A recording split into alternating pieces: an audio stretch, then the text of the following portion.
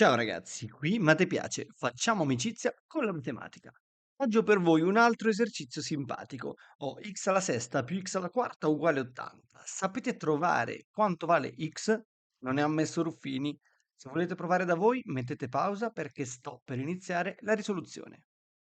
La prima cosa che vado a fare è spostare questo 80 a primo membro, ottenendo x alla sesta più x alla quarta meno 80 uguale a 0. A questo punto vorrei trovare, siccome è un'equazione di sesto grado, un modo per scomporla, senza andare appunto a scomodare Ruffini.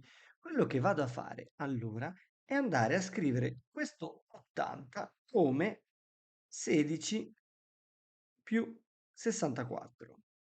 O meglio, 64 più 16, che è più comodo. Chiaramente c'è un meno davanti, quindi vado a scrivere x alla sesta più x alla quarta meno, aperta tonda, 64 più 16, 64 più 16 appunto è 80, uguale a 0. Adesso distribuiamo il meno ottenendo x alla sesta più x alla quarta meno 64 meno 16 uguale a 0. A questo punto ho 4 termini invece di 3 e vado ad analizzarli a coppie. In particolare sposto questo 64, lo inverto con x alla quarta e ottengo x alla sesta meno 64 più x alla quarta meno 16 uguale a 0. Adesso abbiamo x alla sesta meno 64 e possiamo vederlo come una differenza di cubi. Ricordiamo la differenza di cubi che ci dice che a alla terza meno b alla terza è uguale alla differenza tra le basi, a meno b, per il trinomio falso quadrato. Quindi a alla seconda più tutto semplice cambiato di segno, cioè ab più b alla seconda. Se andiamo dunque a scomporre x alla sesta meno 64, in questo modo otteniamo x alla sesta è il cubo di x alla seconda, quindi abbiamo x alla seconda meno 64 è il cubo di 4, quindi x alla seconda meno 4, che moltiplica. Questa è la nostra a e questa è la nostra b. A alla seconda è il quadrato di x alla seconda, cioè x alla quarta.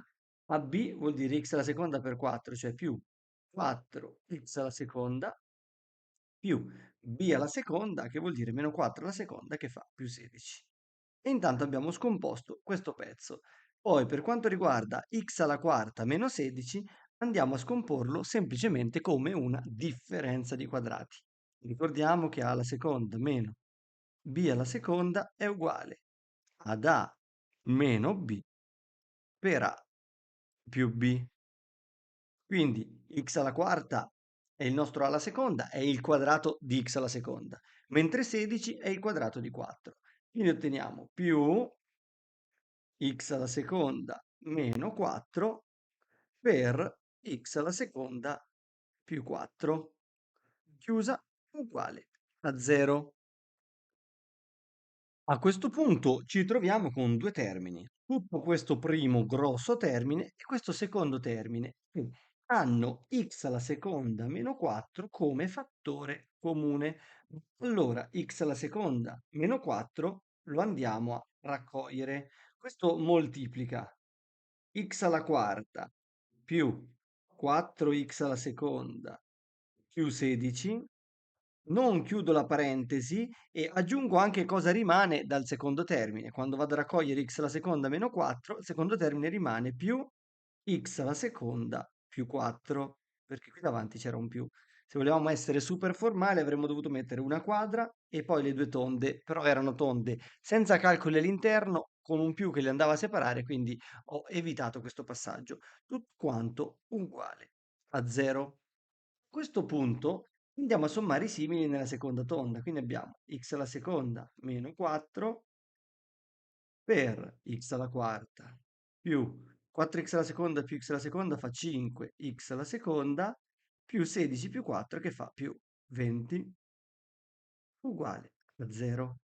Adesso abbiamo un prodotto uguale a 0. Un prodotto è uguale a 0 quando almeno uno dei due fattori è 0. Quindi il primo fattore è x alla seconda meno 4 uguale a 0. O lo risolvete con le scomposizioni, oppure, siccome questa è un'equazione di secondo grado pura, andiamo a spostare il 4 a destra, x alla seconda uguale 4, per cui abbiamo che x è uguale a più o meno la radice di 4, che è 2. Queste sono due soluzioni. Poi andiamo a risolvere quest'altra, che è x alla quarta più 5x alla seconda più 20 uguale a 0. Questa è un'equazione di quarto grado biquadratica. Si chiama biquadratica perché appunto abbiamo un termine di grado massimo, un termine di grado intermedio che è esattamente la metà del grado massimo e poi un termine noto. Quello che andiamo a fare allora è un piccolo cambio di variabile, x alla seconda lo chiamiamo per esempio t. Se x alla seconda lo chiamiamo t, x alla quarta, che è x alla seconda elevato alla seconda, siccome x alla seconda è t, non sarà nient'altro che t alla seconda. Ma sostituendo, quindi abbiamo t alla seconda più 5t più 20 uguale a 0. Andiamo allora a risolvere questa equazione facendo il delta. Ricordiamo che il delta è b alla seconda meno 4ac. Questo è uguale, b è il coefficiente dell'incognita di primo grado, quindi 5 alla seconda meno 4 per a è il coefficiente di t alla seconda che è 1 per c è il termine noto che è 20. Quindi abbiamo 25 meno 4 per 20, 80. 25 meno 80 fa meno 55. Siccome il delta è negativo, la nostra equazione di secondo grado è impossibile. Impossibile in R, chiaramente.